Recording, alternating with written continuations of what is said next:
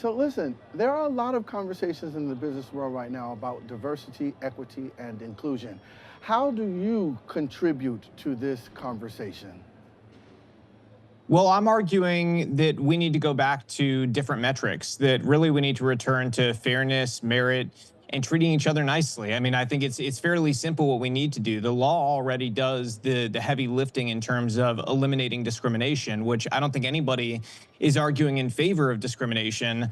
We just believe the law exists already to prevent racial discrimination, discrimination based on sex, and that is, what companies essentially should be following. But beyond the law, what these programs have largely become is a Trojan horse for left wing policy. And that's where I think it gets inappropriate because there's no reason for public companies to be injecting divisive issues into the business because in nearly every case, there's no real core business reason why you would involve these things that are dividing your customer base and your own employees. So I see it as something that is just purely nonsensical to do when you're a public company and you really have a fiduciary duty to your shareholders, when you know that this could be something that really upsets a large base of your customers and could lose you money.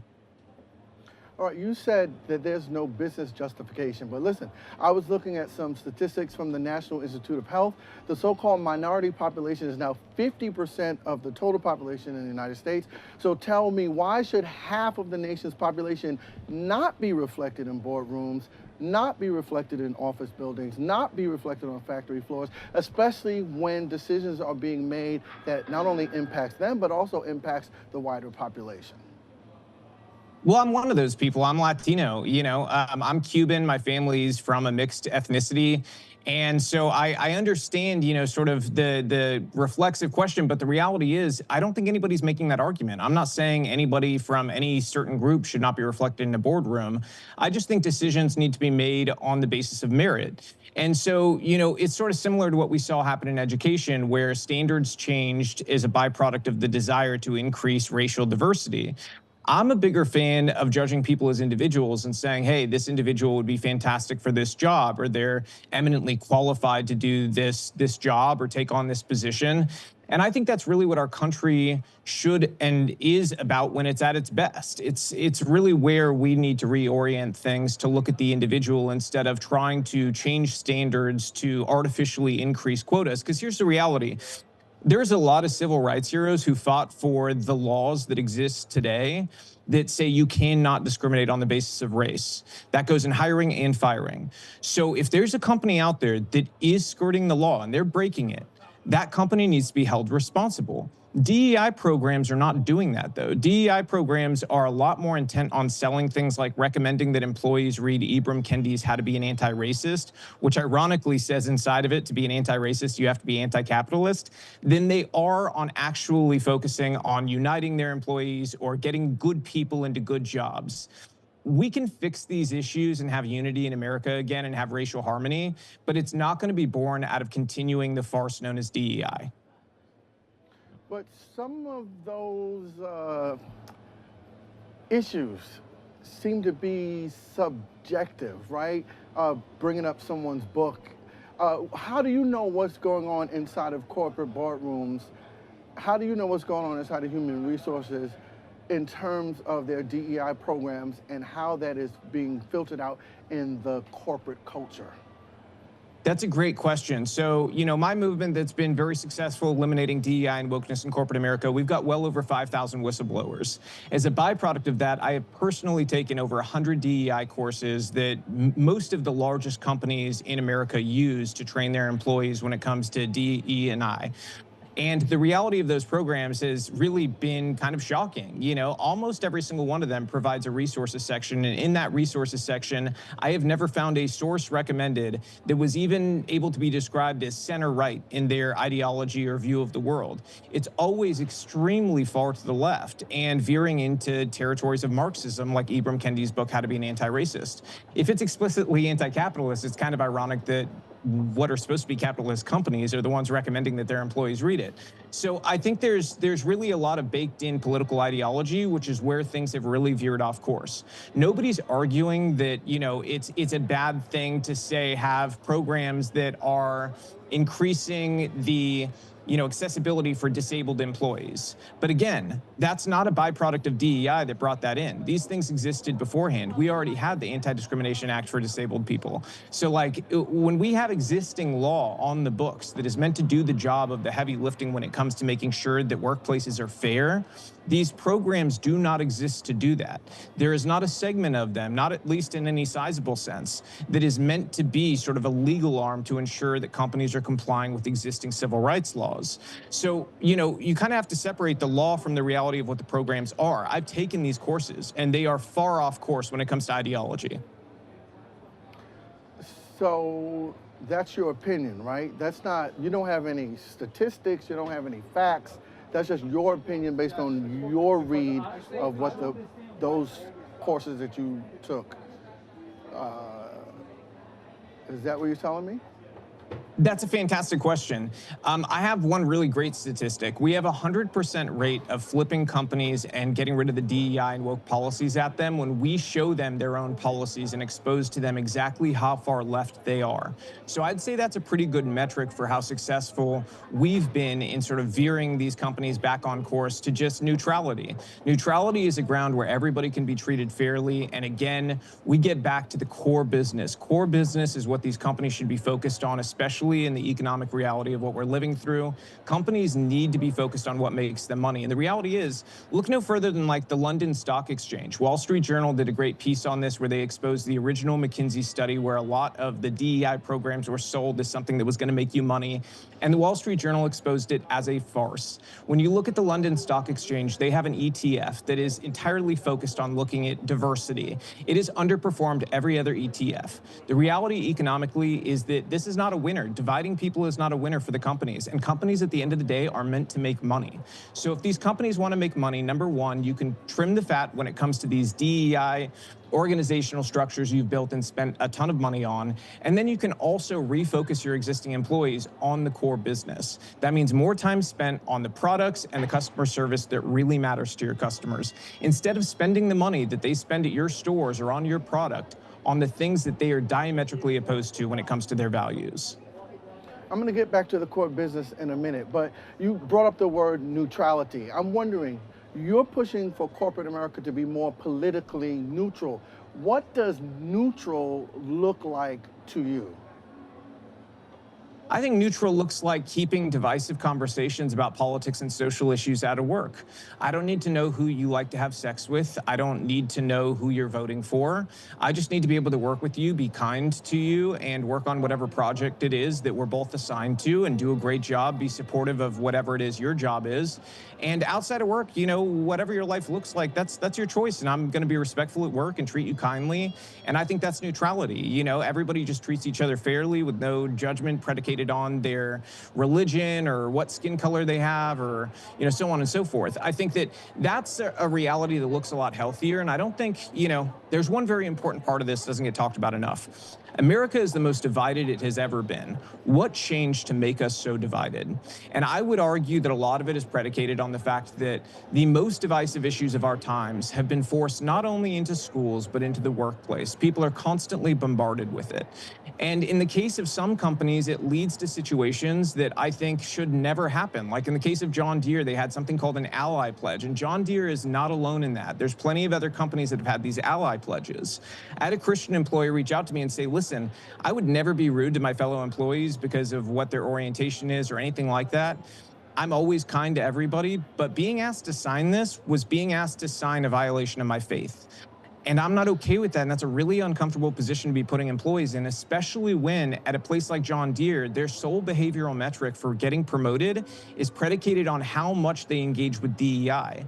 So you're looking at potentially damaging your ability to be promoted because you need to abide by your faith. And not only that, many of these ally pledges, it's publicly available who signed and who didn't. So you're also having to worry about the social stigma at work of being seen as some kind of bigot because you choose to abide by your faith. That should never happen, especially in a public company.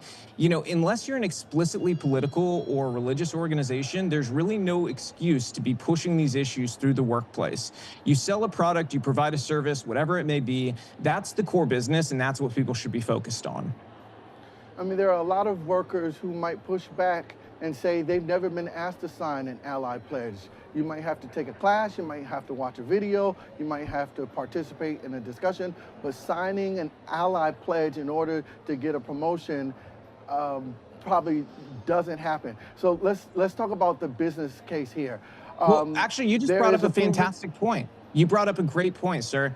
You know, the reality is yeah, not every employee is asked that. That's why it's so important when it comes to people and companies that you look at them as individuals, because one individual company may not ask that. They may not have any of these programs and they don't need our attention. But then other major companies have insane programs and they're asking their employees to do things that are entirely inappropriate, and that deserves our attention, and for customers to be aware of what's happening when they spend their money with that company. So listen, according to McKenzie, companies that care about gender diversity and racial diversity in their corporate culture far outperform those who don't. We're talking a 40% better. What CEO or shareholder doesn't want to outperform their competitors by 40%? So I can tell you right now, Wall Street Journal just debunked the McKinsey study that was predicated on the idea that companies make more money by embracing DEI. So I think you're referencing the same one that Wall Street Journal just a couple weeks ago debunked and really proved out to be a farce. And it was one of the excuses for adopting a lot of these programs, and it's borne out to just not be true.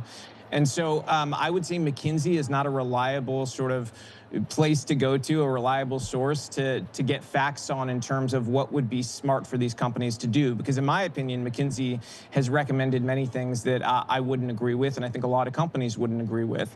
And McKinsey, at the end of the day, they're incentivized to support these types of programs because they work with companies that are big believers in it. And so there's a financial end to this where you really have to question, you know, where this is coming from and what their true intent is. Well, McKinsey is a consulting firm, and they are paid to help their clients make better decisions to bring in better profits. So there's a little bit of argument there about whether they're in the right. So just tell me, in your view, what's a better solution than DEI initiatives? Focusing on merit, fairness, kindness, excellence, and innovation.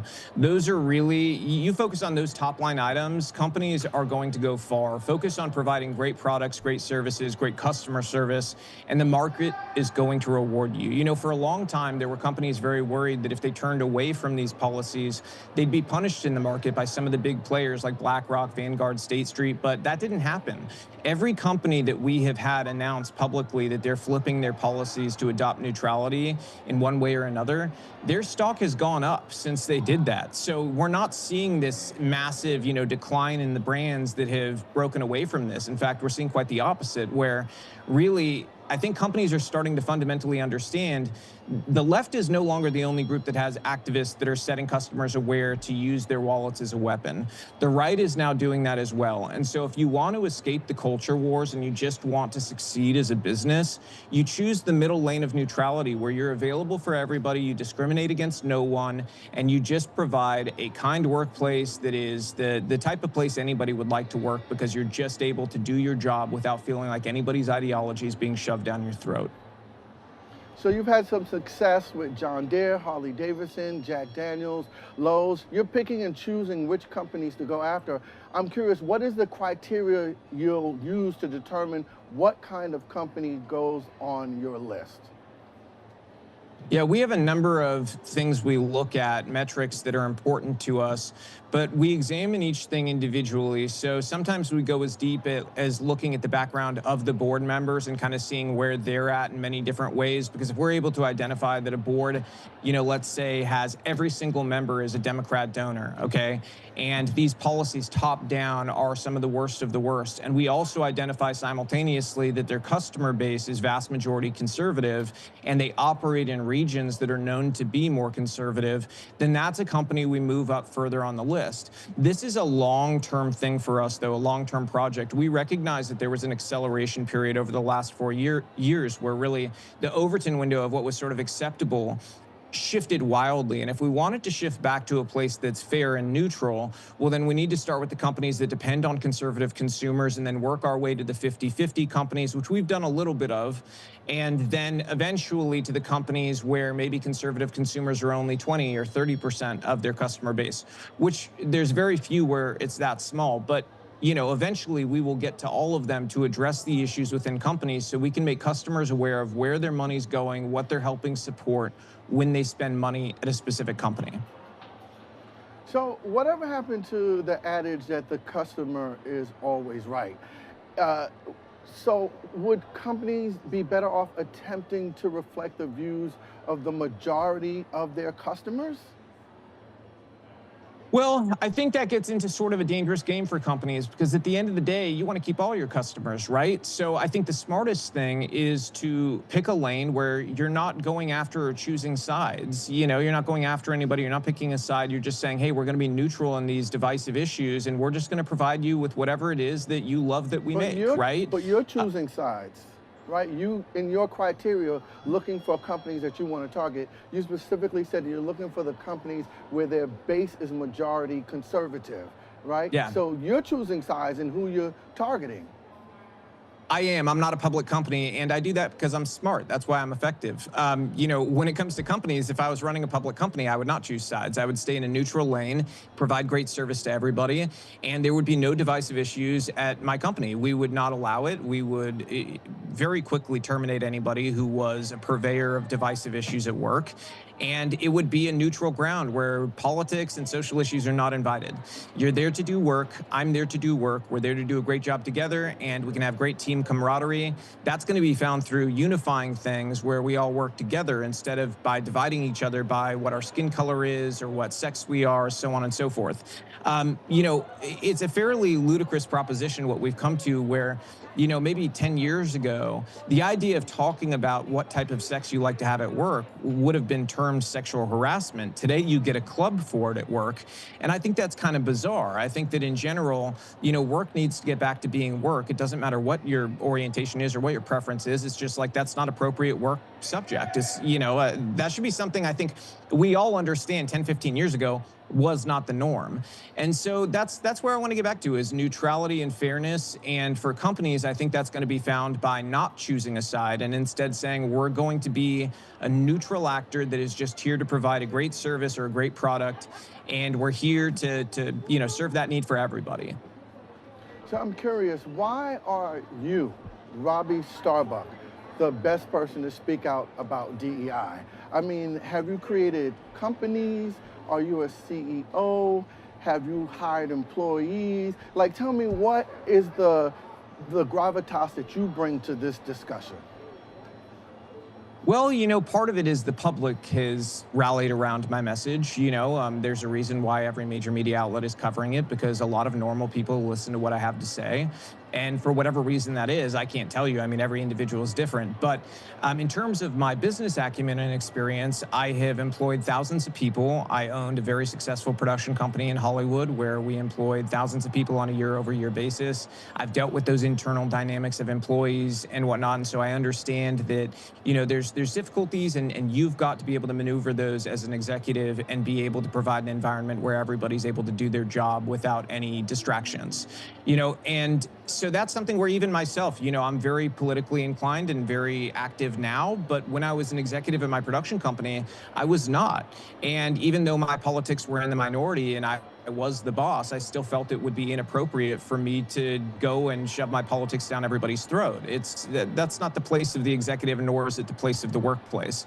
If you are an explicitly political organization or religious organization, like my business now, we're very focused on these issues. So my workplace would probably not be one that is super inviting to a communist, let's say, but that's because the nature of what we do is inherently political or controversial.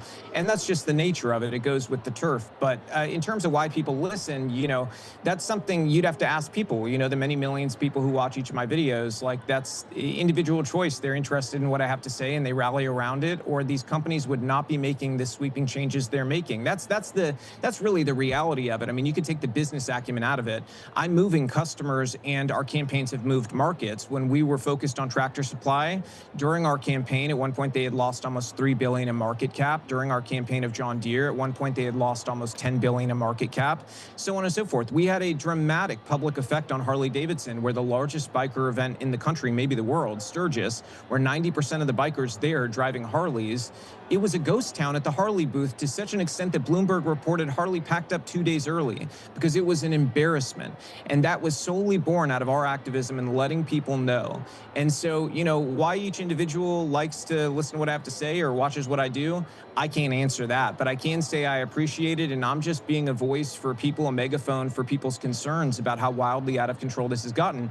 And I will say, many of those people, like me, are minorities. My mom's literally a refugee who didn't speak English, right? So, like, if I subscribe to this orthodoxy of DEI, I'm the type of person that it's supposedly designed to benefit. But here's the reality. I don't want my kids to be diversity hires. I don't want to be a diversity hire. I don't want to wonder if I'm a DEI hire. I don't want my kids to wonder that. I believe my kids can achieve everything they want to achieve in life on their own merit.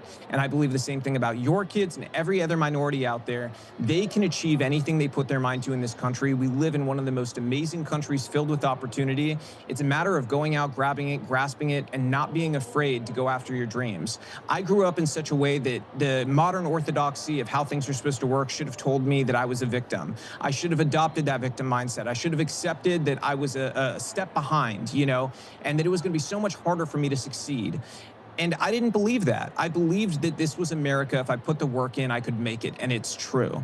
And the problem is, too many people embrace the victim mindset today, where they're looking for there to be some easier path, or, some historical reason why they need a footstep up and they need an easier path. And that's just not true. I believe in people. I don't care what your skin color is. I believe in people to do great things. And each individual just has to embrace that idea of greatness and embrace the opportunity we have in this country. And we can lift each other up. We can do that just by the nature of seeing other people do great things and try really hard and say, you know what, that's a damn good person. That's somebody who is going to work their tail off. They're going to put it all in. I want that person on my team. I don't care what their skin color is.